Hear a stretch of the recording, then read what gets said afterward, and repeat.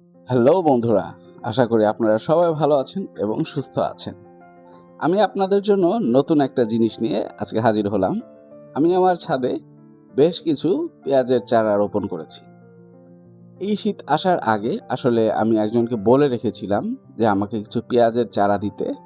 আর সে আসলে আমাকে অনেকগুলো পেঁয়াজের চারা দিয়ে দিয়েছে। এতগুলো পেঁয়াজের চারা আসলে আমি কোথায় লাগাবো আমি বুঝতে পারছি না।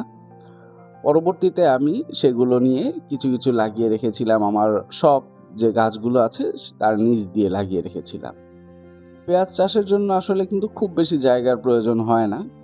তাই আমি আসলে চেষ্টা করছিলাম যে এই অল্প জায়গার মধ্যে একটু চেষ্টা করে দেখি কি হয়। আপনারা দেখতে পাচ্ছেন এর আগে আমি সরাসরি পেঁয়াজ লাগিয়ে দিয়েছিলাম। সেখান থেকেও বেশ কিছু সুন্দর পাতা তৈরি হয়েছে। আর এগুলো যে একদম পেঁয়াজ হতেই হবে এমন কোনো ব্যাপার নেই।